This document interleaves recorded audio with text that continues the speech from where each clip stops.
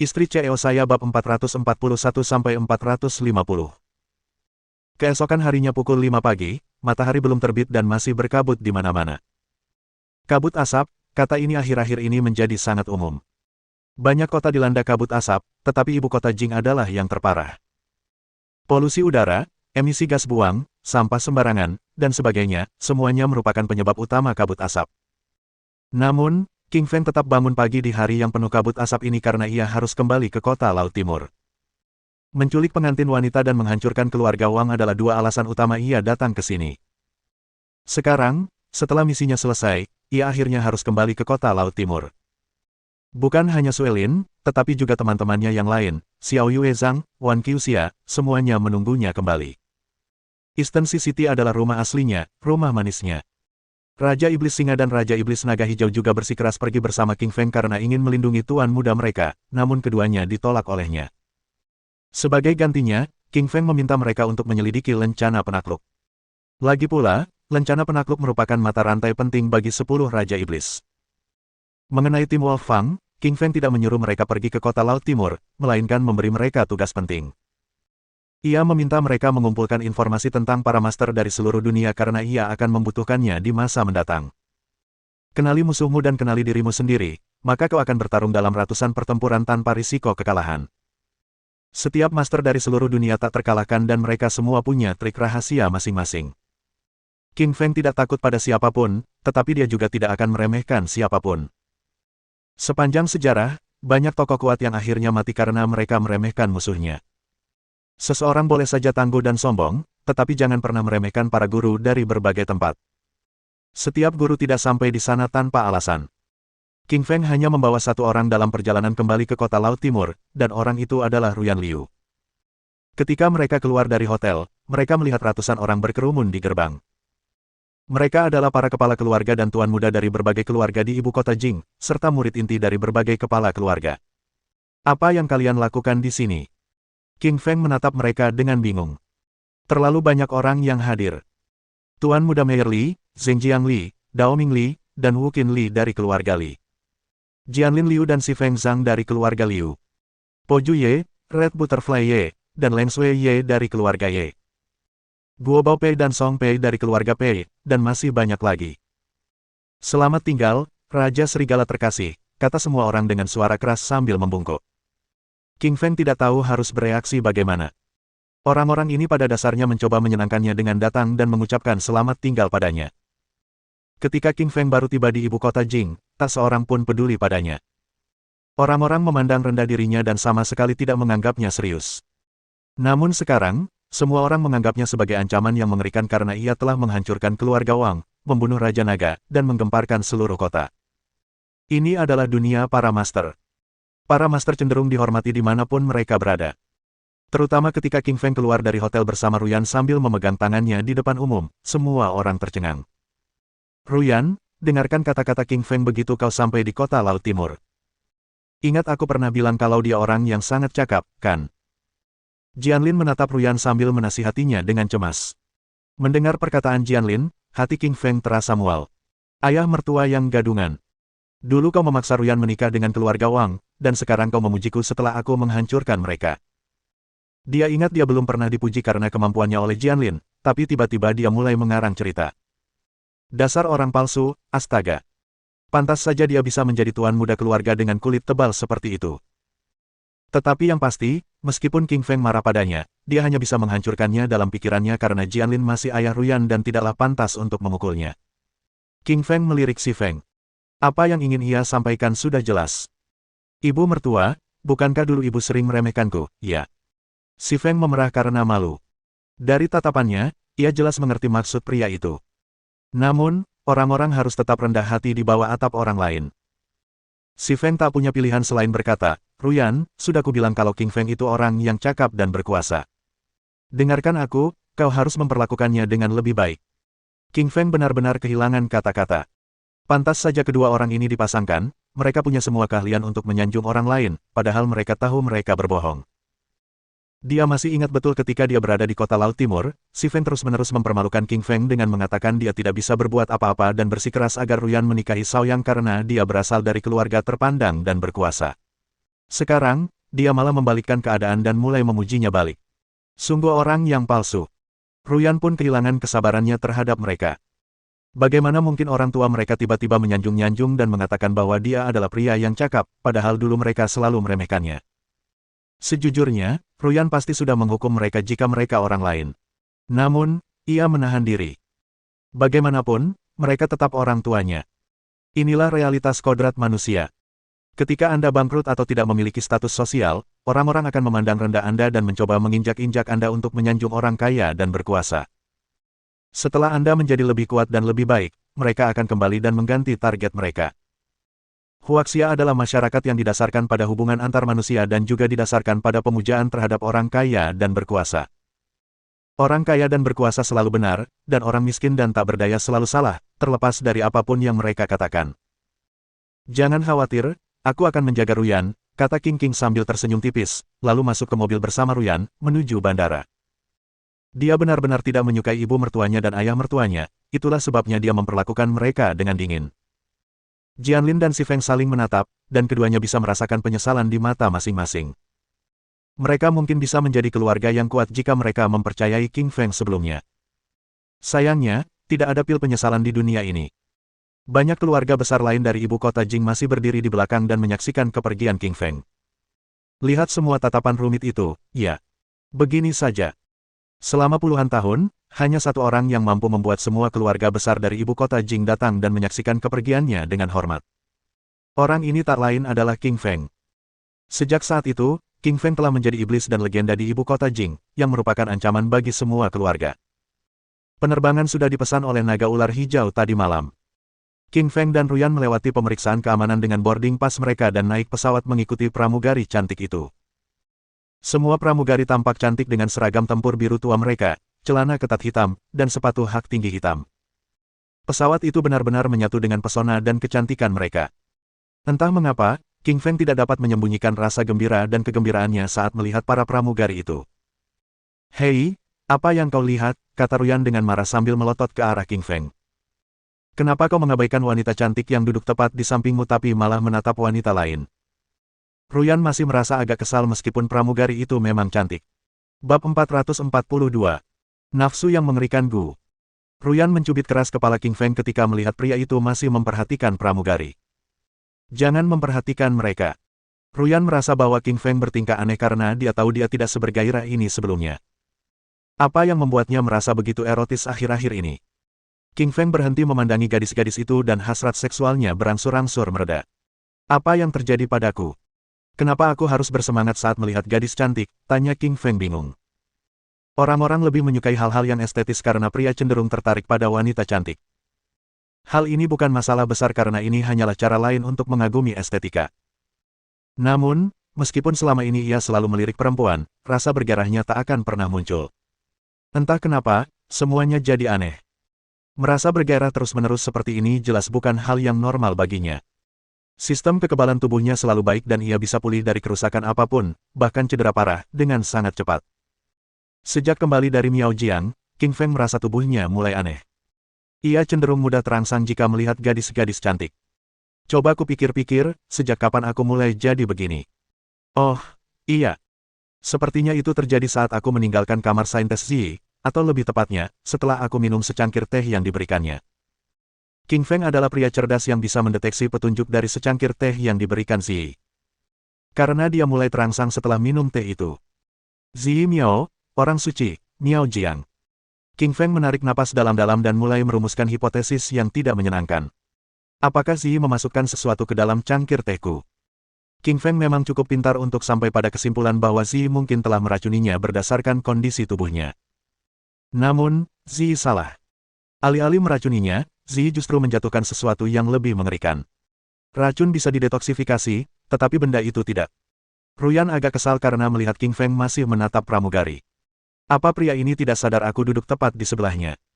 Kenapa dia masih saja memperhatikan para gadis? Ruyan mencubit lagi, seolah menghukumnya. Siapapun bisa melihat keluhan di wajahnya. Ruyan, jangan khawatir. Aku janji tidak akan menatap pramugari itu lagi, kata King Feng menghibur Ruyan segera setelah melihat kemarahannya. Wanita tetaplah wanita, mereka semua mudah cemburu. Ruyan pasti akan cemburu jika King Feng terus memperhatikan gadis lain seperti itu. Dia berusaha keras untuk fokus dan akhirnya menenangkan dirinya kembali. Meskipun King Feng seorang ahli medis, ia tidak tahu apa yang terjadi pada tubuhnya. Entah apa yang sebenarnya dilakukan Ziyi untuk menyembunyikan hal ini darinya. Kalau begitu, siapa yang lebih cantik? Aku atau pramugarinya? Tanya Ruyan sambil menatap tajam ke arah King Feng. Tentu saja. Kamu yang tercantik, kata King Feng tanpa berpikir. Dia menceritakan beberapa lelucon kepada Ruyan dengan beberapa wanita yang melakukan trik yang dia kuasai dan membuatnya bahagia lagi. Wanita tetaplah wanita. Kata-kata manis dapat menenangkan mereka dalam 3 menit, betapapun cemburu atau marahnya mereka. Sayangnya, tidak banyak pria yang pandai dalam hal ini seperti King Feng. Saat ini, alam suci Miaojiang. Ziyi sedang menatap sebuah toples hitam di kamarnya. Di dalam toples hitam itu, terdapat beberapa serangga gu, dan semuanya berwarna murni, seperti putih, hitam, ungu, biru, hijau, dan sebagainya. Tiba-tiba, seekor serangga berwarna-warni keluar dari tubuh Ziyi. Orang-orang yang melihatnya pasti terkejut karena itu adalah serangga langka. Faktanya, hanya ada 2 serangga gu berwarna-warni, yang juga dikenal sebagai gu nafsu, di seluruh Miaojiang. Lust gu secara harafiah berarti merasa bergairah, yang merupakan sesuatu yang berhubungan dengan wanita. Sebenarnya, hal itu memang ada hubungannya dengan perempuan. Selama seorang pria memiliki ini di dalam tubuhnya, ia cenderung menjadi lebih bergairah dan bergairah secara seksual saat melihat perempuan. Ziyi ini jelas-jelas tidak berbuat baik kepada King Feng dengan memasukkan gu nafsu ini ke dalam minumannya. Dia sedang menghukum King Feng karena melihat tubuh telanjangnya. Tentu saja, meskipun bernafsu, ada juga sisi gelap lainnya. King Feng, yang telah menenggak lust gu, juga akan hidup di bawah kendali Ziyi seumur hidupnya. Yang benar-benar diinginkan Ziyi adalah mengendalikan King Feng. Setelah ia dikendalikan, Ziyi akan berusaha sekuat tenaga menghukum pria ini dan bahkan memintanya untuk mencuci kakinya. Bu, cowok itu bahkan gak pantas menyentuh kakiku. Aku harus mencambuknya sambil menyuruhnya duduk tepat di depanku. Ziyi menatap dengan galak. Ziyi menjadi sangat gembira saat dia berpikir dia bisa segera mengalahkan King Feng. Akan tetapi, si malang King Feng masih tidak tahu bahwa ada seorang gadis yang tengah berencana untuk menjeratnya dalam masalah dari jauh. Ruyan, kamu haus. Biar ku buatkan kopi, kata King Feng sambil memperhatikan kelelahan di wajah Ruyan. Ruyan dulu selalu bersemangat. Kenapa akhir-akhir ini dia mudah lelah? Tentu. Ruyan mengangguk saat dia juga merasakan tenggorokannya kering. Selain mengurangi rasa haus, minum kopi juga membantumu fokus. Lihat Ruyan, dia hampir tertidur di pesawat. Tak lama kemudian, seorang pramugari yang menawan masuk sambil membawa secangkir kopi. Wajahnya yang oval, hidungnya yang mungil, riasannya yang tipis namun halus, alisnya yang indah, tubuhnya yang ramping dan tinggi, semua yang dimilikinya membuatnya tampak sangat memukau. Terlebih lagi, dengan kaki jenjangnya yang ramping di balik seragam biru tua dan stiletto hitamnya, pesona menggoda yang terpancar darinya sulit dilupakan. Ketika melihat pramugari itu, tiba-tiba ia merasa menyadari sesuatu. Ia pernah melihatnya sebelumnya, tetapi ia tidak ingat namanya. King Feng masih ingat dengan jelas saat Suelin dan dia diserang oleh Liga Tengkorak dan Liga Neraka dan bagaimana dia menghancurkan keduanya kemudian dengan tim taring serigala setelah mereka pergi ke benua harimau. Saat mereka terbang pulang, mereka membawa pendeta Suanjilu. Saat itu, mereka melihat pramugari ini di pesawat. Saat itu, pendeta itu mencoba berbicara dengan pramugari, tetapi pramugari itu mengabaikannya. Sebaliknya, pramugari itu tampak tertarik pada King Feng dan memberikan kartu namanya, meskipun kemudian kartu itu hilang secara tidak sengaja. Dia tidak menyangka akan melihat pramugari cantik ini di pesawat lagi. Kebetulan sekali. Kamu. Pramugari yang menawan itu pasti mengenalinya saat dia tersenyum penuh semangat. Dia telah menandainya di otaknya sejak terakhir kali dia melihatnya di pesawat, meskipun dia sedikit kecewa karena dia tidak meneleponnya sejak dia memberinya kartu namanya. Pramugari itu bahkan beberapa malam memimpikannya. Ia berpikir mungkin ia takkan pernah bisa bertemu dengannya lagi, dan ia sangat bahagia karena kini mereka benar-benar bertemu lagi. Bab 443. Kepahitan pramugari cantik. Melihat kegembiraan yang terpancar dari pramugari itu membuat Lily King Feng senang. Ia bangga karena dirinya cukup menawan hingga mampu memikat pramugari itu. Semua pria ingin disukai wanita lain. Semakin banyak wanita yang menunjukkan minat, semakin menawan pria tersebut. Meskipun dia Raja Serigala, dia tetaplah manusia. Melihat pramugari menyukainya, tentu saja dia akan senang. Namun, Ruyan Liu duduk di sisinya, jadi Lily tidak berani mengatakan apapun, ia hanya mengangguk. Ia tidak ingin tahu apa yang akan terjadi jika Ruyan Liu semakin cemburu. Ini kopinya, Pak. Wajah pramugari itu memerah dan jantungnya berdebar kencang. Entah apa alasannya, sejak terakhir kali ia bertemu Li Qingshan, bayangannya terpatri di hatinya. Terakhir kali, mereka berbincang riang, mengabaikan biksu di sampingnya. Tetapi kali ini pramugari merasa cemburu karena orang yang duduk di sebelah King Feng Li bukanlah sang biksu, melainkan seorang wanita cantik. Sekalipun pramugari itu cantik, saat melihat penampilan Ruyan Liu, dia tetap saja terkejut dengan kecantikannya. Wanita ini terlalu cantik dan menggoda. Wajahnya semerah mawar di masa keemasannya. Bibirnya semerah anggur merah. Matanya seindah bintang di langit. Meskipun wanita cantik di depan tampak cantik, pramugari itu tak mau menyerah. Ketika wanita melihat wanita cantik lainnya, mereka tak akan menyerah. Li Qingfeng meminta 2 kopi, satu untuk dirinya sendiri dan satu untuk Ruyan Liu. Namun, pramugari ini hanya menatap Li Qingfeng. Hal ini membuat Ruyan Liu kesal. Ketika pramugari memberikan kopi, ia sengaja merendahkan tubuhnya dan memperlihatkan payudaranya. Li Qingfeng kembali bernafsu, matanya memancarkan cahaya hijau. Ia bagaikan serigala, ingin sekali mengekspos pramugari itu. Tatapan matanya menakutkan. Pramugari itu ketakutan melihat mata hijau Li. Tangannya bergerak-gerak dan menumpahkan kopi ke celana Li. Maaf sekali. Sini, biar saya yang mengurusnya. Pramugari itu meminta maaf dan mengulurkan tangannya yang halus untuk membersihkan noda kopi di celana King Feng Li. King Feng Li bingung, apa yang terjadi padaku, mengapa aku begitu bersemangat melihat seorang wanita. Sejujurnya, King Feng Li mulai meragukan tubuhnya sendiri. Dulu dia menyukai wanita cantik karena semua orang akan menyukai kecantikan. Aneh kalau pria heteroseksual tidak menyukai wanita cantik. Namun, akan lebih aneh lagi jika seorang pria menyukai setiap wanita yang ditemuinya. Ada banyak wanita cantik di dunia ini. Jika seseorang menyukai semuanya, maka ia akan menjadi cabul. Apa yang terjadi pada tubuhku? Alis King Feng Li menegang dan dia sangat bingung. Meskipun keterampilan medisnya sangat tinggi, dia tidak benar-benar sakit. Dia ditanamkan parasit Gu. Li King Feng tidak tahu apa-apa tentang itu. Pramugari itu mengulurkan tangannya yang halus dan menyeka kopi. Ia berbisik, biar kuambilkan satu lagi. Lili berkata baiklah. Setelah terbakar oleh kopi, rasa panas di hatinya menghilang untuk sementara. Kalau bukan karena kopi, dia pasti tak bisa mengendalikan diri. Ini sungguh menyedihkan.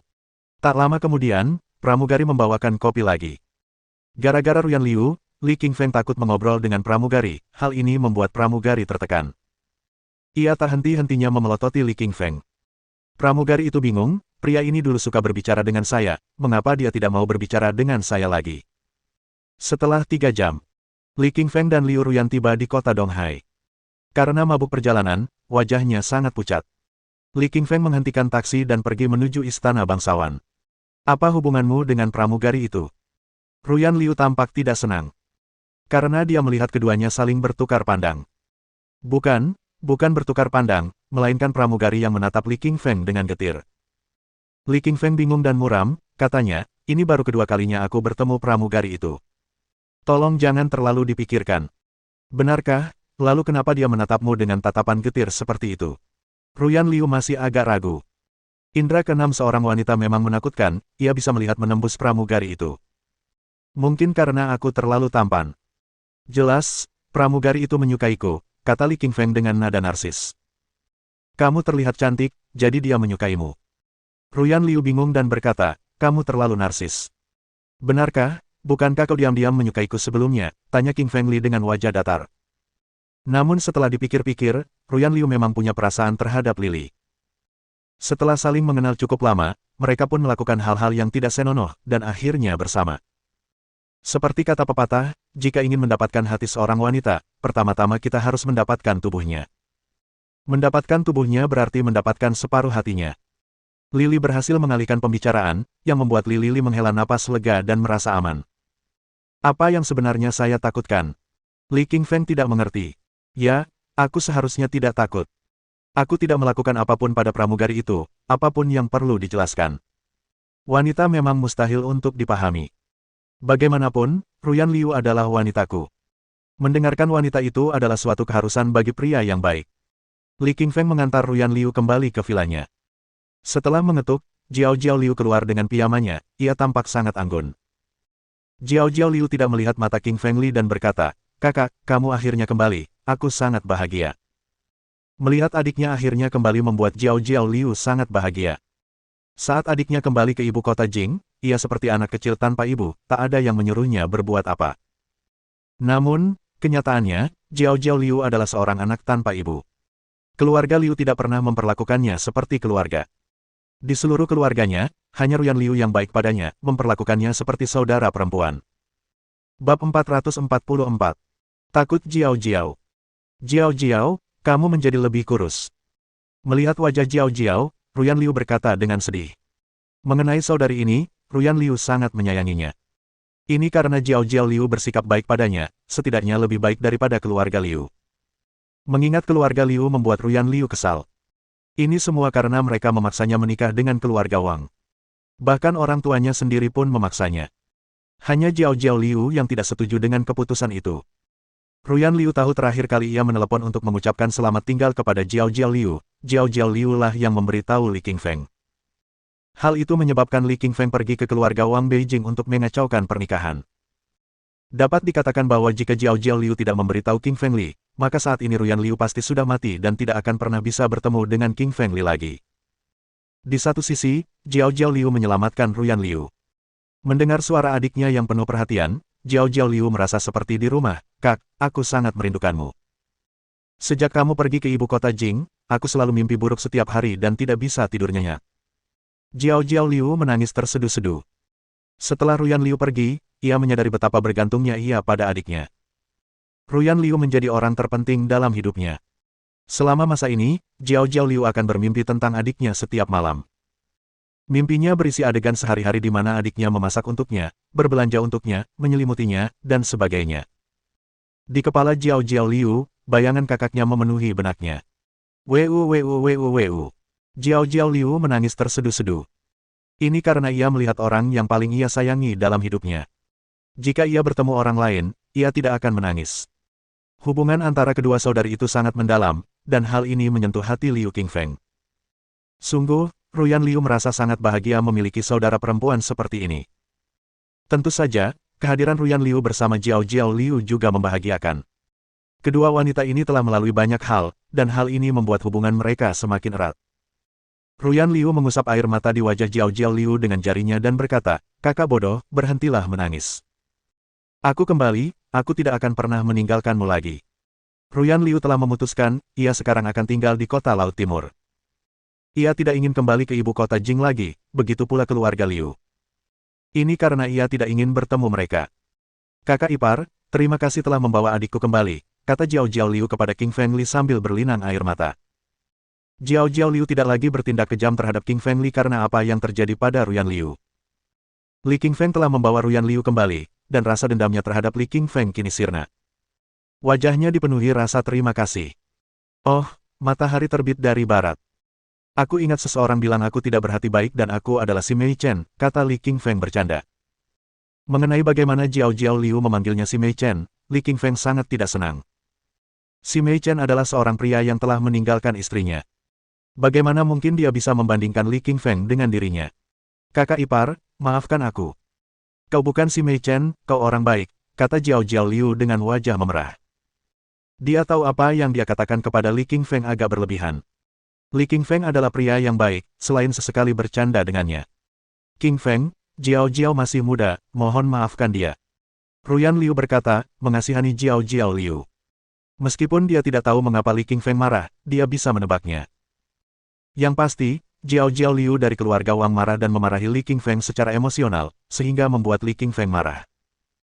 Tapi Jiao Jiao Liu melakukannya karena dia, jadi wajar saja Ruyan Liu tidak akan marah padanya. Soal Li Qingfeng, itu kan pacarnya, jelas Ruyan Liu juga tidak akan marah padanya. Mereka berdua melakukannya demi dirinya. Ruyan Liu tidak ingin mereka saling marah, ia ingin keduanya berteman.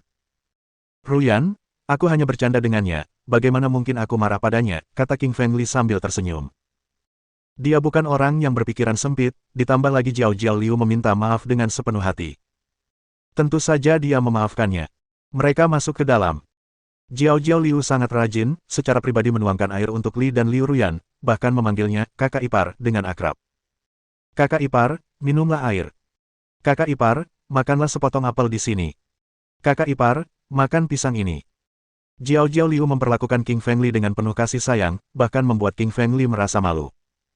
Bergerah, dia terlalu bersemangat. Melihat bagaimana dia memperlakukan mereka, dia adalah seseorang yang memiliki sopan santun. Karena Jiao Jiao Liu mengenakan piyama sutra yang sangat tipis, dan dari caranya bergerak, ada lapisan keringat tipis yang membasahi piyamanya. Hal ini menonjolkan bentuk tubuhnya karena piyamanya melekat di kulitnya, dadanya yang putih, bokongnya yang montok, dan kakinya yang jenjang. Tubuhnya sangat indah. Mata Lili King Feng kembali dipenuhi cahaya hijau, seolah-olah dia akan melahapnya. Kakak, mata kakak iparmu menakutkan, memancarkan cahaya hijau, kata Jiao Jiao Liu dengan ketakutan. Sejujurnya, Jiao Jiao Liu belum pernah melihat tatapan mata seperti itu dari Li King Feng. Ia seperti serigala besar yang jahat, akan melahapnya seperti kelinci. Jiao Jiao ketakutan. Ia mundur dan bersembunyi di belakang Ruyan Liu. Ruyan Liu menatap King Feng Li dengan ketidakpuasan dan berkata, King Feng, Jiao Jiao adalah kakak iparmu, bagaimana kau bisa menatapnya dengan mata seperti itu? Namun, setelah menyelesaikan kalimatnya, ia merasa bingung. Ini karena ia melihat cahaya hijau di mata pria itu, tetapi kali ini ke arahnya. Tuan Muda Li, Li Qingshan, dipenuhi api gairah. Ada suara di dalam tubuhnya yang menyuruhnya berhenti menahan diri dan berhubungan seks dengan gadis-gadis di depannya. Mendengar suara di tubuhnya, King Feng Li tiba-tiba berdiri. Dia berjalan perlahan menuju Ruyan Liu dan Jiao Jiao Liu, hampir seperti dia akan memakan kedua gadis itu. Kakak, aku takut sekali. Apa yang terjadi pada kakak ipar? Melihat King Feng Li berjalan ke arah mereka, Jiao Jiao Liu berkata dengan takut. Dia benar-benar takut karena merasa Li King Feng yang sekarang bukanlah kakak iparnya. Dia lebih seperti orang mesum. Meskipun kakak iparnya suka bercanda dengannya sesekali, di depan adiknya, dia tidak akan berani seperti ini. Lagi pula, dia tidak akan memasang tatapan mata yang berapi-api seperti itu. Bab 445. Kakak ipar, dasar binatang. Mata Lili dipenuhi cahaya hijau, dan tuan mudanya tidak jelas. Ada suara di hatinya yang menyuruhnya berlari dan meniduri dua gadis di depannya. Jiao Jiao Liu bersembunyi di belakang Ruyan Liu. Ia merasa Ruyan Liu terlalu menakutkan, tatapannya terlalu jahat. Melihat betapa takutnya Jiao Jiao Liu, Li King Feng semakin bersemangat, semakin panas. Panas dalam dirinya bagaikan gunung berapi, siap meletus kapan saja. King Feng Li datang di depan Ruyan Liu dan Jiao Jiao Liu, bersiap untuk berhubungan seks dengan keduanya. King Feng Li, bangun. Ada apa denganmu? Teriak Ruyan Liu ketakutan. Ya, takut, Ruyan Liu juga takut. Ia merasa Li King Feng sekarang sangat menakutkan, seolah-olah ia tidak mengenalnya. Matanya dipenuhi cahaya hijau, dan di dalamnya juga terdapat sedikit warna merah. Mata manusia normalnya hitam dan putih, tetapi mata King Feng Li berwarna hijau dan merah. Li King Feng menyeringai dan meraih Jiao Jiao Liu. Jiao Jiao Liu yang malang tak mampu melawan sama sekali, ia bagaikan domba kecil. Kakak ipar, biarkan aku pergi. Haha, cantiknya, aku akan memakanmu. Dasar monster, lepaskan aku. Jiao Jiao Liu mulai menangis dan berteriak pada King Feng Li. Dia masih perawan, bagaimana mungkin dia berhubungan seks dengan Li King Feng? Lagi pula, Li King Feng adalah saudara iparnya, itu akan dianggap inses dan salah. Wajah Ruyan Liu berubah. Melihat Li King Feng yang masih bingung, ia pun menuangkan semua air di cangkir teh ke wajah Li King Feng. Semua air yang mengenai wajahnya membuatnya tiba-tiba tersadar. Melihat Jiao Jiao Liu yang pucat dan menangis di tangannya, Lili bertanya. Jiao Jiao, kenapa kau memelukku? Kenapa kau juga menangis? Adikmu masih di samping kita, ini tidak akan membuat kita terlihat baik. Apa? Aku memelukmu? Jiao Jiao Liu bingung. Ia hampir ingin menendang Li King Feng, tetapi mengingat betapa kuatnya kakak iparnya, ia mengurungkan niat itu. Meskipun begitu, ia masih merasa kesal. Kakak ipar brengsek, kaulah yang memelukku, ingin bercinta denganku. Sekarang kau bilang akulah yang memelukmu, seberapa tebalkah kulitmu? Alis Ruyan Liu menegang dan bertanya, King Feng, kamu benar-benar tidak tahu apa yang baru saja terjadi. Apa yang baru saja terjadi? Tanya King Feng Li. Sejujurnya, ia benar-benar tidak ingat apa yang baru saja terjadi. Dalam ingatannya, ia ingat Jiao Jiao Liu sedang menuangkan teh dan membawakannya apel. Setelah itu, Jiao Jiao mulai berkeringat dan membuat piyamanya menempel di tubuhnya, memperlihatkan lekuk tubuhnya. Setelah itu, Lili tidak dapat mengingat apapun. Pikirannya kabur, saat itu, seolah-olah ia dikendalikan. Perasaannya tidak enak. Bahkan sekarang, Li King Feng tidak mengerti apa yang terjadi, mengapa otaknya tidak bisa mengingat apapun. Setelah memastikan bahwa King Feng Li benar-benar tidak tahu apa yang terjadi, Ruyan Liu berkata, King Feng, matamu dipenuhi cahaya hijau dan kau ingin berhubungan seks dengan Jiao Jiao dan aku. Apa kau benar-benar lupa? Apa? Aku ingin berhubungan seks dengan kalian berdua. Li Li Feng bingung. Jiao Jiao Liu adalah adik perempuan Ruyan Liu, dan kakak iparnya. Berhubungan seks dengan Ruyan Liu boleh saja, tapi Jiao Jiao Liu jelas tidak boleh. Li King Feng tak percaya, tetapi kedua gadis itu bilang dia pernah seperti itu sebelumnya. Sekuat apapun Li King Feng mengingat, ia tak bisa mengingat apa yang terjadi sebelumnya. Ruyan Liu mengambil tisu dan menyeka air di wajah Li King Feng, lalu berkata, King Feng, maaf, aku menyiram wajahmu dengan air karena kamu tidak bersih. Kamu tidak akan marah padaku, kan? Ruyan Liu merasa terganggu. Lagi pula, semua orang menjaga wajah mereka. Menuangkan teh ke wajahnya agak menghina. Sejujurnya, Ruyan Liu juga tidak ingin menuangkan teh ke wajahnya, tetapi ia terpaksa melakukannya. Demi Jiao Jiao, Ruyan Liu hanya bisa menuangkan teh ke wajahnya. Lili merasakan teh di wajahnya, dan tak bisa berkata-kata. Tapi dia tahu Ruyan Liu melakukannya untuk menyelamatkan Jiao Jiao, bagaimanapun juga, itu semua salahnya. Ruyan, ini bukan salahmu. Maaf, aku benar-benar tidak ingat apa yang baru saja terjadi. Li King Feng meminta maaf. Dia tahu Ruyan Liu tidak akan berbohong. Lagi pula, melihat reaksi kedua gadis itu, mereka memang tidak berbohong. Jadi, dia memang melakukan kesalahan, tetapi dihentikan oleh Ruyan Liu. Jika Ruyan Liu tidak menuangkan teh ke wajahnya, dia akan melakukan sesuatu yang tidak termaafkan. King Feng, aku ingat kau tidak pernah seperti ini sebelumnya. Apa yang terjadi padamu? Ruyan, aku juga nggak tahu. Beberapa hari ini aku merasa aneh, setiap kali melihat cewek cantik, aku langsung bergairah. Kamu lihat di pesawat, setelah melihat pramugarinya, aku jadi bergairah. King Feng, kapan kamu mulai merasakan ini? Ruyan Liu bingung. Mendengar Li King Feng menyebut pramugari di pesawat, ia tiba-tiba teringat. Tatapan mata Li King Feng masih sama seperti sebelumnya, seperti serigala lapar. Ruyan Liu mulai cemburu pada pramugari itu, tetapi setelah dipikir-pikir lagi, sikap Li King Feng saat itu tidak normal. Karena dia ada di sampingnya, Li King Feng tidak akan melirik wanita lain. Li King Feng mengenang semua pengalamannya sebelumnya dan berkata, saya menjadi seperti ini setelah kembali dari tanah suci Miaojiang. Lebih tepatnya, setelah minum secangkir teh dari wanita suci Zi. King Feng Li mengerutkan kening dan menceritakan apa yang terjadi baru-baru ini, berfokus pada apa yang terjadi di alam suci. Sejak dia kembali, tubuhnya tidak terasa normal, tetapi tidak dapat menemukan dengan pasti di mana letak kesalahannya. Setelah mendengar penjelasan Li King Feng, Ruyan Liu terdiam. Ia sangat cerdas, dalam waktu singkat, ia mengerti apa yang salah.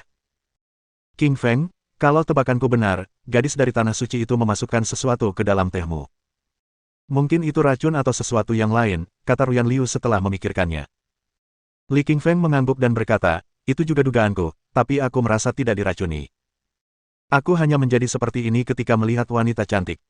Menjadi bersemangat melihat gadis cantik. Ruyan Liu tidak tahu harus berkata apa. Orang ini benar-benar tidak tahu malu. Tidak, dia bukannya tidak tahu malu, dia diracuni dan tidak bisa mengendalikan diri. Ruyan Liu menghibur dirinya sendiri dalam hati, tetapi dia masih merasa sedikit kesal.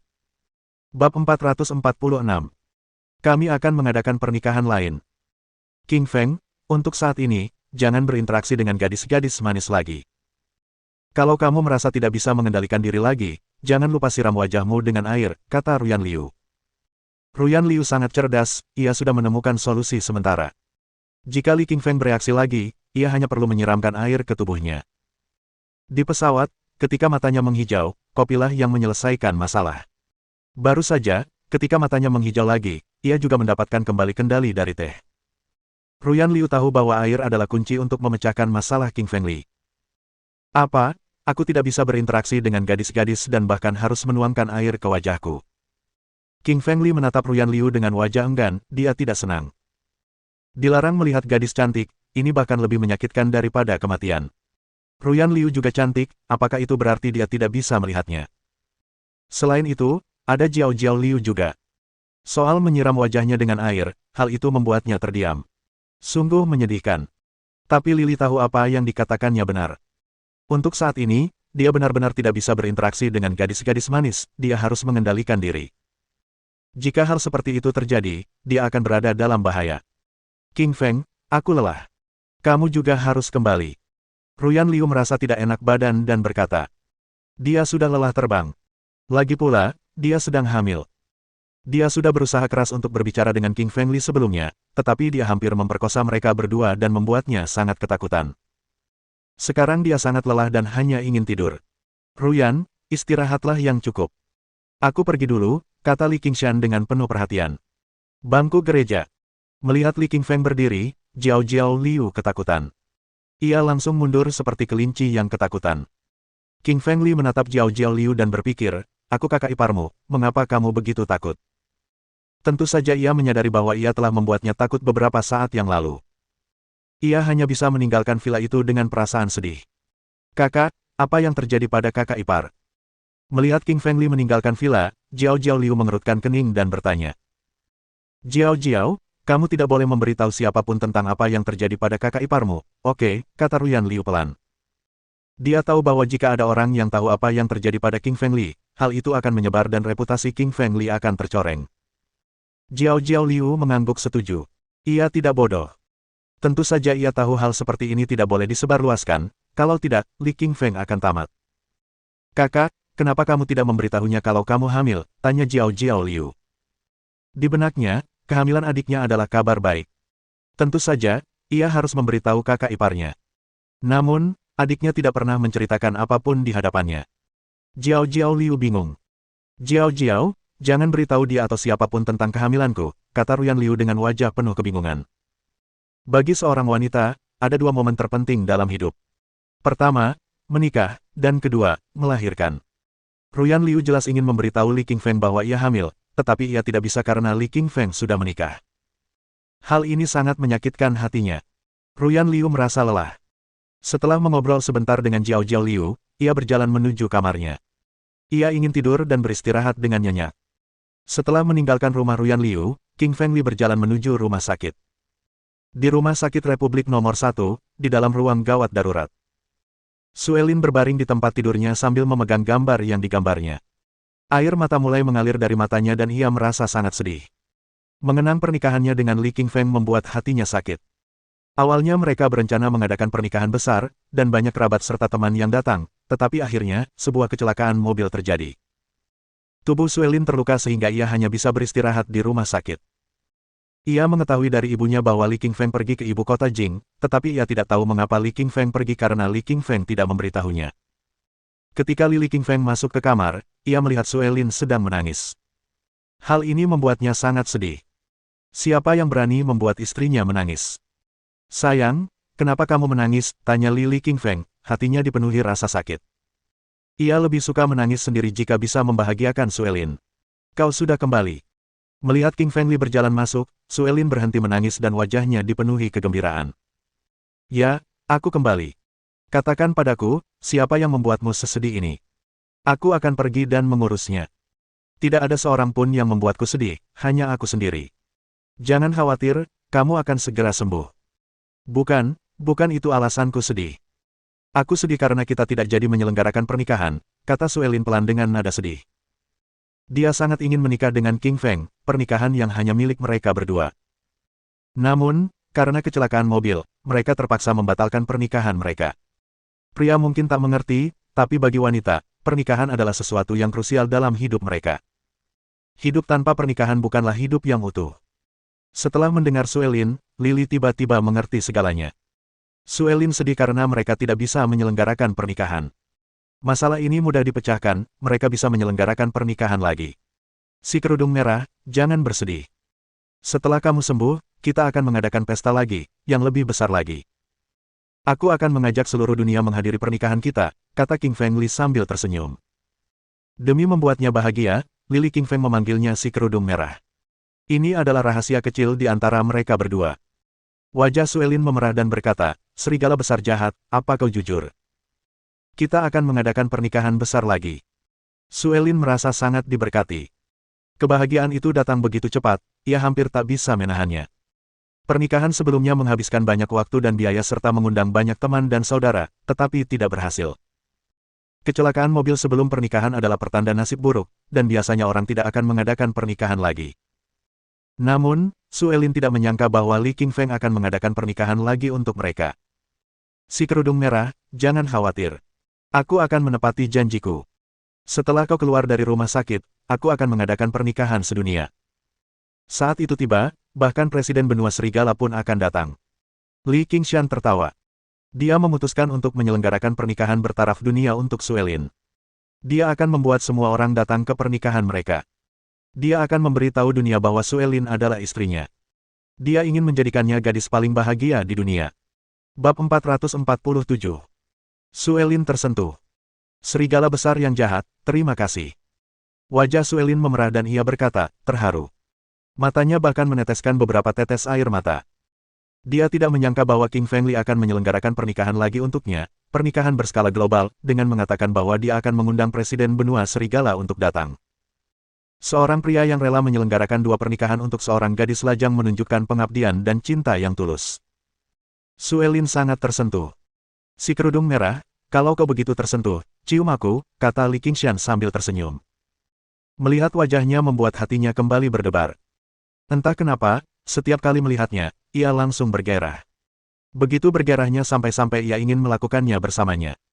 Suelin berkata dengan malu-malu, ini tidak baik, kita masih di rumah sakit. Jangan khawatir, tidak akan ada yang masuk, kata Li Feng. Setelah menyelesaikan kalimatnya, ia memeluk Suelin dan menciumnya dalam-dalam. Rasa manisnya seperti melon. Keke. Tepat ketika Lily hendak melanjutkan, terdengar batuk di belakang mereka. Ia menoleh dan melihat seorang perawat cantik berdiri di belakang mereka. Perawat itu mengenakan seragam putih dengan wajah halus dan hidung mancung, tetapi payudaranya besar sekali memenuhi seragamnya. Rasanya seperti dalam sedetik berikutnya, payudaranya akan melompat keluar. Perawat itu bukan orang lain, melainkan Yan Ranzhao.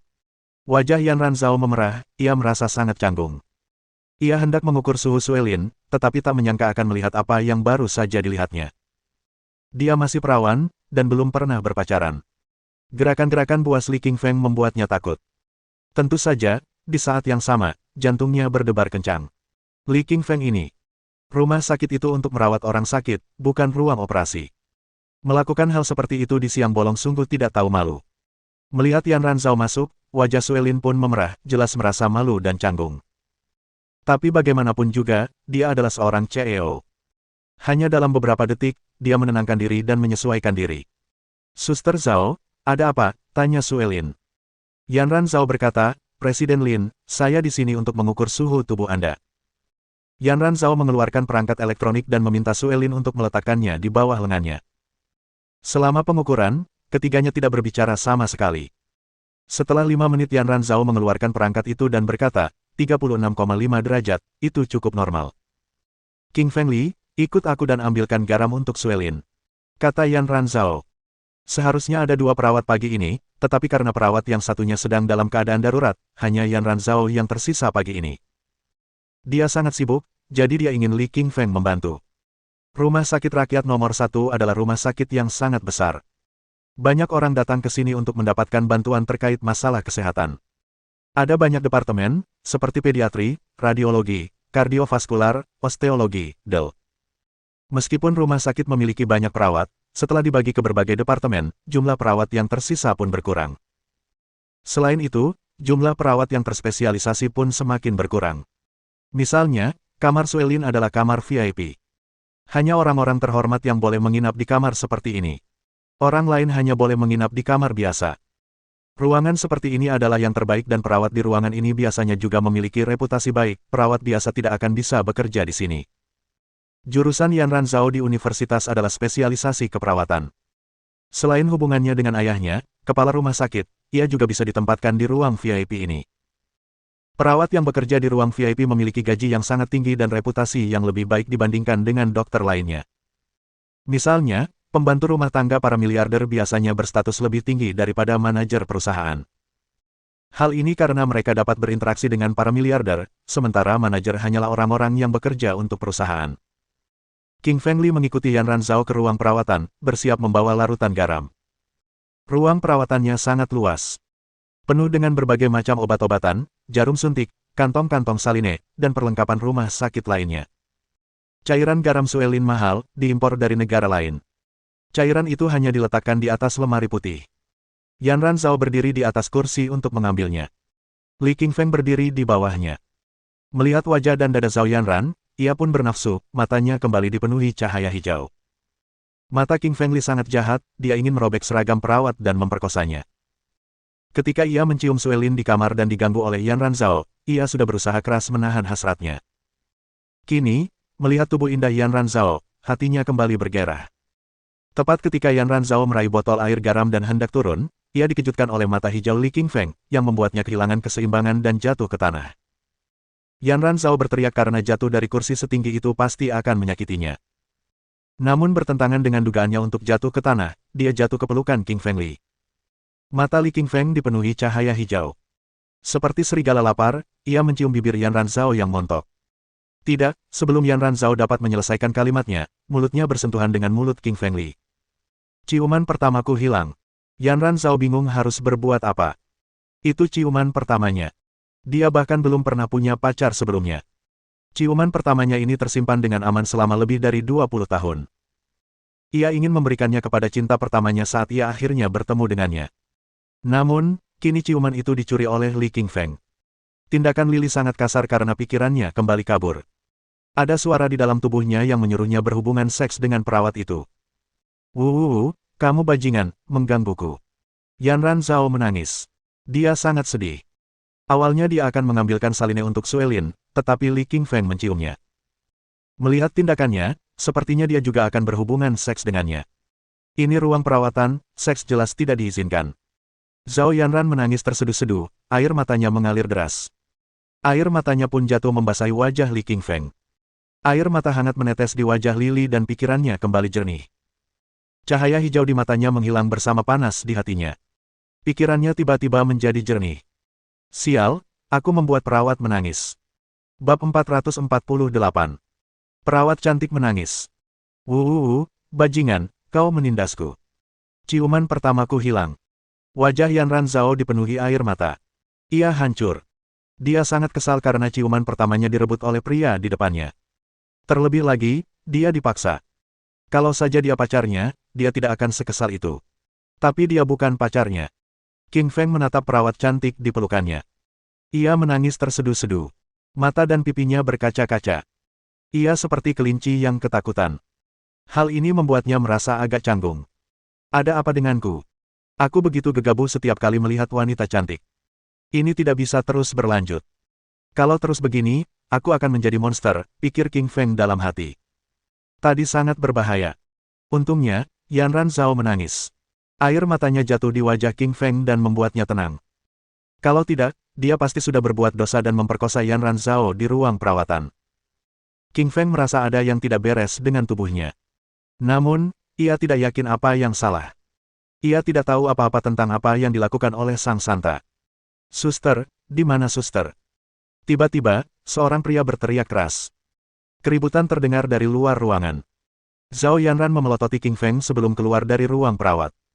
Dia satu-satunya perawat yang bertugas hari ini, jadi dia sangat sibuk. Lagi pula, dia baru saja membuang banyak waktu di ruang perawat. Di pos perawat, seorang pria parubaya berjas membuat keributan dan membanting tangannya ke meja. Ada belasan orang di belakangnya. Pria parubaya itu bertubuh pendek, gemuk, dan sedikit botak.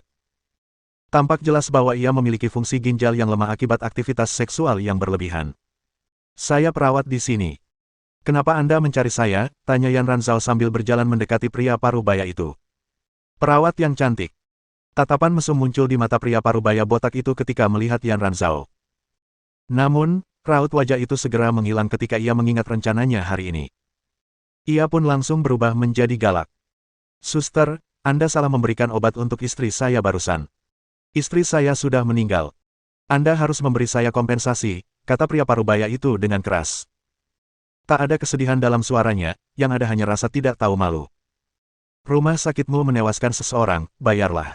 Ya, bayar. Kamu salah memberikan obat. Kamu pembunuhnya. 12 orang di belakang pria parubaya itu berteriak keras. Wajah mereka dipenuhi amarah, tetapi tanpa kesedihan. Ekspresi Yanran Zhao langsung berubah. Dua hal yang paling ditakuti di rumah sakit adalah kematian pasien dan perselisihan medis. Yanran Zhao menghadapi kedua hal itu saat ini. Mengapa dia begitu sial? Biasanya, hanya orang kaya yang bisa tinggal di ruang VIP. Dari pakaian pria parubaya itu, terlihat jelas bahwa ia kaya raya. Kini setelah istrinya meninggal dunia, ia bukan orang yang mudah menyerah. Ia telah membawa banyak orang ke rumah sakit untuk membuat keributan. Sebaiknya kau cari rumah sakit dan dokter yang merawatmu. Kenapa kau mencariku? Kata Yan Ranzhao dengan nada marah. Dia sangat tidak senang dengan orang-orang ini. Dokterlah yang merawat pasien. Kamu harus cari dokter sekarang karena ada yang salah. Kenapa kamu cari masalah dengan perawat? Pria parubaya itu tersenyum dingin dan berkata, obat yang diresepkan dokter itu benar. Tapi Anda salah mengambil obat dan menyuntik istri saya. Dia meninggal karena Anda, tentu saja, saya harus menemukan Anda. Salah ambil obat. Ekspresi Yan Ranzhao berubah. Bagaimana mungkin? Ia mengenali pria parubaya di depannya. Pria itu menemani istrinya yang dirawat di rumah sakit pagi ini. Istrinya sakit parah dan dokter meresepkan obat suntik. Ia telah memeriksa ulang obatnya 2 kali sebelum membawanya. Bagaimana mungkin ia melakukan kesalahan? Mengapa pria itu bersikeras bahwa ia salah minum obat? Yan Ranzhao mengerutkan kening dan berkata, jangan salah sangka. Saya ingat betul bahwa obat yang saya bawa adalah obat yang diresepkan dokter. Tidak ada yang salah dengan itu. Suster, Anda mengatakan kami menuduh Anda secara salah. Ya, Anda menuduh saya secara salah. Suster, saya tidak akan membiarkan Anda pergi jika Anda tidak membayar hari ini, kata pria parubaya itu sambil tersenyum dingin. Pria parubaya itu meraih cangkir teh di meja perawat dan melemparkannya ke tanah. Dalam sekejap, cangkir teh itu pecah berkeping-keping. Beberapa pecahan mendarat di kaki Yan Ranzhao dan membuatnya ketakutan. Ini rumah sakit. Apa mau kalian? Seru Yan Ranzhao keras. Wajahnya pucat pasi. Dia tidak pernah menyangka pria parubaya itu akan melempar cangkir teh ke tanah di depannya. Ia baru saja membeli cangkir teh itu, ia sangat menyukai cangkir itu dan baru menggunakannya sekali. Ia tidak menyangka cangkir itu akan dipecahkan oleh pria parubaya itu. Tindakannya membuatnya marah. Tentu saja, cangkir teh itu masalah kecil. Yang lebih penting, ini adalah pos perawat. Ada banyak bangsal pasien di sekitar pos perawat. Suara keras dari keributan itu dengan cepat membangunkan pasien di bangsal. Para pasien keluar dari bangsal dan terkejut melihat kerumunan orang berkumpul di sekitar pos perawat. Pasien-pasien yang tinggal di bangsal-bangsal tersebut semuanya adalah orang-orang dengan status sosial tinggi. Tentu saja, bangsal-bangsal itu mahal. Namun, mereka rela mengeluarkan uang untuk tinggal di bangsal-bangsal itu karena kepercayaan mereka terhadap rumah sakit rakyat nomor 1. Tetapi semua orang menjadi marah ketika mengetahui bahwa istri pria parubaya itu meninggal karena Yan Ranzhao telah memberikan obat yang salah. Bagaimana mungkin perawat ini memberikan obat yang salah? Dia membunuh orang itu. Ya, ini bangsal VIP. Saya menghabiskan banyak uang untuk tinggal di sini. Bagaimana mungkin mereka membiarkan orang seperti ini menjadi perawat di sini? Ya, rumah sakitnya terlalu tidak bertanggung jawab. Saya akan mengajukan keluhan. Para pasien di sekitarnya berdiskusi dengan bersemangat sambil menunjuk dan menatap Yan Ranzhao. Yan Ranzhao menjadi pucat pasi ketika mendengar kata-kata orang-orang di sekitarnya. Ia begitu marah hingga hampir menangis. Ia tidak salah membawa obat kepada istri pria parubaya itu. Bagaimana mungkin pria itu menjebaknya? Tak hanya itu, pasien-pasien di sekitarnya pun mempercayai perkataan pria parubaya itu dan menuduhnya sebagai pembunuh pasien. Yan Ranzhao sangat kesal. Ia memandang kerumunan di sekitarnya dan berharap seseorang akan membelanya. Sayangnya, tak seorang pun di kerumunan itu yang mempercayainya. Kau membawa obat yang salah dan membunuh istriku. Tak akan ada yang percaya padamu, kata pria parubaya itu dingin. Dia sengaja melemparkan cangkir teh ke arah kerumunan untuk mengagetkan dan menarik perhatian. Motifnya sangat sederhana, dia ingin membuat keributan agar bisa memeras uang. Saya percaya pada perawat Yan Ranzhao. Tiba-tiba, suara King Feng terdengar. King Feng telah menyaksikan kejadian tersebut. Ia telah berinteraksi dengan Yan Ranzhao beberapa kali. Pertama kali saat perjamuan amal, saat Yan Ranzhao mencoba membantu Ruyan Liu. Kedua kalinya ketika Suelin dirawat di rumah sakit setelah diracun. Yan Ranzhao juga datang ke bangsal untuk membantu. Dia tahu bahwa Yan Ranzhao adalah seorang perawat yang bertanggung jawab dan rajin. Orang lain mungkin tidak mempercayainya, tetapi King Feng percaya. Bab 449. Rasa terima kasih Yan Ranzhao. Ketika dia mendengar bahwa seseorang mempercayainya, Yan Ranzhao berbalik dan melihat King Feng berjalan ke arahnya. Ekspresi Yan Ranzhao tampak bingung. Ia secara alami mengenali pemuda itu karena baru saja menciumnya. Hal ini membuatnya marah dan sedih. Namun, ia tidak menyangka bahwa hanya pemuda itu yang akan mempercayainya di masa-masa tersulitnya. Setelah dia melihat sekeliling dan melihat bahwa tidak seorang pun percaya padanya, Yan Ranzhao tiba-tiba merasa bahwa King Feng adalah orang yang cukup baik. Seseorang hanya akan mengingat orang-orang yang memperlakukannya dengan baik di masa-masa tersulitnya. Kepercayaan adalah hubungan yang paling tulus antara manusia. Zhao Yanran menatap King Feng dengan penuh rasa terima kasih. King Feng telah memilih untuk percaya padanya di masa-masa tersulitnya, ia telah memilih untuk mempercayainya. Siapa kau, Bung? Kenapa kau percaya padanya? Tanya pria parubaya itu dingin. Ia telah memperoleh posisi moral yang tinggi dan membuat orang banyak mempercayai ceritanya. Ia menuduh Yan Ranzhao membunuh istrinya setelah salah mengambil obat 4, ia hampir berhasil mendapatkan kompensasi yang besar. Dia tidak menyangka pemuda itu akan melompat keluar dan mengatakan bahwa dia percaya pada Yan Ranzhao di saat genting ini. Nama saya King Feng. Istri saya dirawat di rumah sakit ini. Perawat Yan Ranzhao sangat bertanggung jawab, saya percaya padanya, kata King Feng sambil menunjuk Yan Ranzhao. Yan Ranzhao tersipu malu mendengar pujian dari King Feng. Ia sedikit malu. Lagi pula, pria parubaya itu baru saja menuduhnya tidak bertanggung jawab. Dalam sekejap mata, King Feng mulai memujinya karena bertanggung jawab. King Feng Li, dia salah mengambil infus dan membunuh istriku. Ini kebenarannya. Kalian tidak bisa membantahnya. Aku tidak akan melepaskannya jika dia tidak membayar hari ini. Saudara-saudara, hancurkan meja perawat ini, kata pria parubaya itu kepada belasan orang di belakangnya. Pria parubaya itu telah mempertimbangkan kemungkinan seseorang akan mencoba menghentikannya. Karena itu, ia membawa belasan orang ke rumah sakit bersamanya. Dengan orang-orang di belakangnya, selama ia menyebabkan keributan besar, ia akan menerima sejumlah kompensasi dari rumah sakit. Berhenti. Tiba-tiba, terdengar suara keras. Kemudian, direktur rumah sakit, Su Zhao, dan seorang dokter berlari cepat ke arah mereka.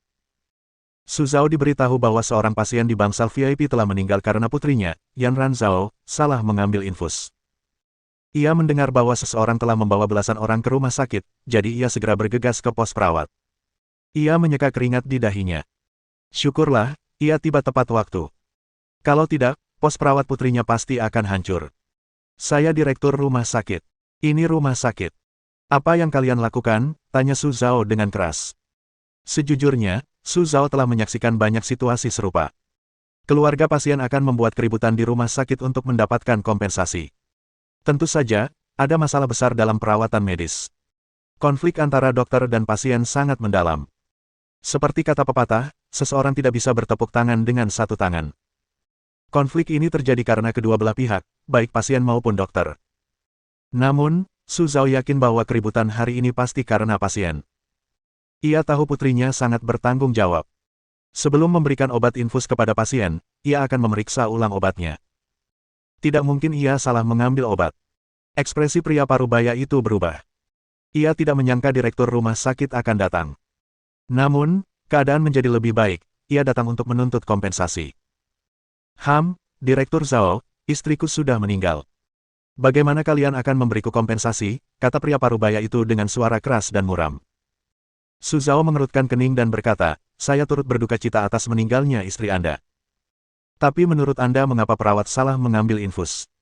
Ekspresi pria parubaya itu langsung berubah karena ia tidak tahu harus menjawab apa. Tiba-tiba, ia berkata dengan suara keras, lagi pula, perawat Yan Ranzhao lah yang salah mengambil infus. Istri saya tidak akan meninggal kalau bukan karena dia. Kamu harus punya bukti, kamu tidak bisa hanya berspekulasi, kata Su Zhao ringan.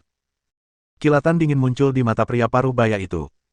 Ia berkata dengan lantang, kau menolak memberiku kompensasi. Kalau kau menolak, aku akan hancurkan stasiun ini. Saudara-saudara, hancurkan stasiun ini untukku. Pria parubaya itu berkata sambil melambaikan tangannya. Belasan orang di belakangnya mulai menghancurkan barang-barang di pos perawat atas perintah pria itu. Ekspresi Su Zhao dan Yan Ranzhao berubah. Mereka tak menyangka pria parubaya itu begitu berani menghancurkan stasiun saat direktur rumah sakit sedang berada di sana. Dasar penjahat. Kalian tidak boleh menghancurkan benda-benda di sini, kata Su Zhao sambil mencoba menghentikan tindakan mereka. Ini rumah sakitnya. Dia sudah berinvestasi banyak di rumah sakit ini. Lagi pula, semua barang ini dibeli dengan uang. Hatinya pasti sakit kalau sampai barang-barang ini dihancurkan. Pergi kau, orang tua, kata lelaki parubaya itu sambil mendorong Su Zhao ke tanah. Ayah, apakah ayah baik-baik saja? Yan Ranzhao bertanya dengan khawatir sambil segera membantu Su Zhao berdiri. Putriku, aku baik-baik saja. Orang-orang ini bajingan, kata Su Zhao dengan marah. Sayangnya, ia lemah dalam bertarung. Ia bisa menyembuhkan orang, tetapi tidak berpengalaman dalam pertempuran. Kau membunuh istriku. Aku akan menamparmu hari ini. Pria parubaya itu tiba-tiba muncul di hadapan Yanran Zhao dan mencoba menamparkan wajahnya. Ekspresi Yanran Zhao berubah ketakutan. Pria parubaya ini benar-benar bajingan. Dia hampir saja memukul seorang wanita. Telapak tangannya sangat cepat dan hampir mengenai wajahnya. Oh tidak, aku akan ditampar, pikir Yanran Zhao ketakutan. Namun, tangan itu tidak mengenainya. Tangan pria parubaya itu digenggam oleh seorang pria muda. Dia menyelamatkanku lagi, pikir Yanran Zhao sambil menatap King Feng dengan rasa terima kasih. Tiba-tiba ia merasa bahwa King Feng adalah pria yang baik. Ia tidak hanya percaya padanya, tetapi juga menyelamatkannya. Alangkah baiknya jika dia jadi pacarku. Aku akan menganggap ciuman pertamaku sebagai balasan atas bantuannya, pikir Yanran Zhao dalam hati. Harus diakui, perempuan memang emosional. Mereka bisa membenci isi hati seorang pria di satu saat, dan di detik berikutnya, mereka bisa jatuh cinta. Seperti kata pepatah, hati perempuan sedalam samudera. Mustahil untuk ditebak. Anak muda, lepaskan tanganku, kata pria parubaya itu dengan bengis. Sial, pemuda ini membuatnya celaka lagi. Tangannya hendak mendarat di wajah Yanran Zhao, tetapi pemuda itu tiba-tiba meraih tangannya. Kenapa aku harus melepaskannya? Tanya King Feng sambil tersenyum tipis. Kilatan dingin muncul di matanya. Dia sangat tidak senang dengan pria parubaya ini. Bagaimana mungkin seorang pria memukul seorang wanita? Anak muda, aku peringatkan kau. Kalau kau tidak melepaskannya, aku akan menghajarmu, ancam pria parubaya itu dengan kejam. Tamparan King Feng terdengar keras dan jelas. Pria parubaya itu tertegun. Ia tak menyangka pemuda itu berani memukulnya. Apa pemuda itu tidak melihat belasan orang di belakangnya? Anak muda, beraninya kau memukulku, kau mencari kematian, kata pria parubaya itu dengan kejam sambil memegangi wajahnya. Ayah! Mendengar hinaan itu, King Feng menamparkan wajah pria parubaya itu lagi. Kali ini, kekuatannya bahkan lebih kuat. Seketika, salah satu gigi pria itu copot dan wajahnya membengkak seperti roti. King Feng sudah lama tidak senang dengan pria parubaya itu. Kamu bilang istrimu sudah meninggal. Baiklah, kamu bisa menyelesaikan masalah ini dengan pihak rumah sakit. Kenapa kamu menindas seorang wanita? Karena kesal dengan pria parubaya itu, King Feng tidak segan-segan memukul pria parubaya itu. Pria parubaya itu pun mendapat pukulan keras. Saudara-saudara, pergilah dan pukul dia, kata lelaki parubaya itu dengan nada muram kepada orang-orang di belakangnya. Ia tahu ia tak akan bisa menang melawan pemuda itu. Namun, ia punya belasan orang di belakangnya. Ia tak percaya belasan orang akan kalah dari pemuda itu. Kegentingan. Kau mau mati? Tanya King Feng sambil mencengkeram leher pria parubaya itu. King Feng memancarkan niat membunuh yang kuat yang hanya terlihat pada mereka yang telah membunuh ribuan orang. Wajah pria parubaya itu memucat mengerikan, dan ia gemetar ketakutan ketika mendengar kata-kata King Feng dan merasakan niat membunuh yang kuat. Ia hampir mengompol. Dia hanya ingin memanfaatkan rumah sakit. Dia tidak pernah menyangka akan bertemu pria kejam seperti King Feng yang bisa membunuhnya dalam sekejap mata. Ini di luar imajinasinya. Belasan orang di belakangnya juga ketakutan. Niat membunuh yang kuat dari King Feng membuat mereka sangat ketakutan. Mereka belum pernah melihat niat membunuh sekuat itu. Perawat Anda salah memasukkan obat 4 dan membunuh istri saya. Apa Anda akan membunuh saya juga? Tanya pria parubaya itu ketakutan. Yanran Zhao segera berkata, kau tidak bisa membunuhnya, kalau tidak reputasi rumah sakit akan hancur. Aku juga akan hancur. Yanran Zhao menatap King Feng dengan gugup dan memohon di matanya. King Feng mengerutkan kening. Ia tahu Yanran Zhao berkata jujur. Pria parubaya ini bajingan yang memfitnah rumah sakit. Namun, jika ia meninggal sebelum semua orang, Yanran Zhao tidak akan pernah dibebaskan dari tuduhan. Semua orang akan percaya bahwa ia telah mengambil obat infus yang salah dan membunuh istri pria itu. Izinkan saya bertanya, kapan istri Anda meninggal? Tanya King Feng kepada pria parubaya itu. Dia baru saja meninggal, belum lama ini, jawab pria parubaya itu. Belum lama ini. King Feng mengerutkan kening saat ia menemukan celah dalam perkataan pria parubaya itu. Pria parubaya itu seharusnya berduka jika istrinya baru saja meninggal dunia. Seharusnya ia menangis dan memberitahu keluarganya tentang kepergian istrinya. Namun, pria parubaya itu tidak sedang berduka atau memberitahu keluarganya tentang kematian istrinya. Sebaliknya, ia mengumpulkan belasan orang untuk membantunya mendapatkan uang dari rumah sakit. Ada sesuatu yang mencurigakan di sini. Mari, bawa aku menemui istrimu, kata King Feng. Kilatan kepanikan muncul di mata pria parubaya itu. Ia berkata, dia sudah meninggal, apalagi yang bisa dilihat. King Feng melihat kepanikan di matanya. Ia berkata dengan ringan, apa kau tidak mau kompensasi? Kita perlu melihat bagaimana istrimu meninggal dulu. Jika itu benar-benar tanggung jawab kami, tentu saja kami akan memberikan sejumlah besar uang sebagai kompensasi. Petik 2. Secerca kebahagiaan terpancar di mata pria parubaya itu ketika mendengar kata-kata King Feng. Ia segera berkata, bagus, bagus, bagus. Aku akan membawa kalian ke sana sekarang juga. Suara pria parubaya itu terdengar bahagia. Ia tampak gembira mendengar kabar tentang uang itu. Rasanya hidup atau mati istrinya tidak berarti apa-apa dibandingkan dengan kompensasinya. Pria parubaya itu membawa King Feng, Su Zhao dan Yan Ranzhao ke bangsal VIP nomor 8. Tentu saja, selain mereka bertiga, mereka diikuti oleh beberapa dokter dan pasien di bangsal sekitarnya. Para dokter datang untuk melihat bagaimana istri pria parubaya itu meninggal. Para pasien datang untuk melihat siapa yang bertanggung jawab atas kematian itu. Jika perawat Yan Ranzhao yang bersalah, mereka tidak akan berani tinggal di rumah sakit lagi. Jika pria parubaya itu yang bertanggung jawab atas kematian itu, mereka bisa terus tinggal di rumah sakit. Semua orang mengkhawatirkan kepentingan masing-masing. Pria parubaya itu khawatir tentang eksploitasi uang rumah sakit. Yan Ranzhao mengkhawatirkan reputasinya, sementara pasien di sekitarnya mengkhawatirkan nyawa dan kesejahteraan mereka. Adapun King Feng, dia khawatir tentang bagaimana dia bisa membantu perawat cantik ini. Di dalam bangsal VIP nomor 8.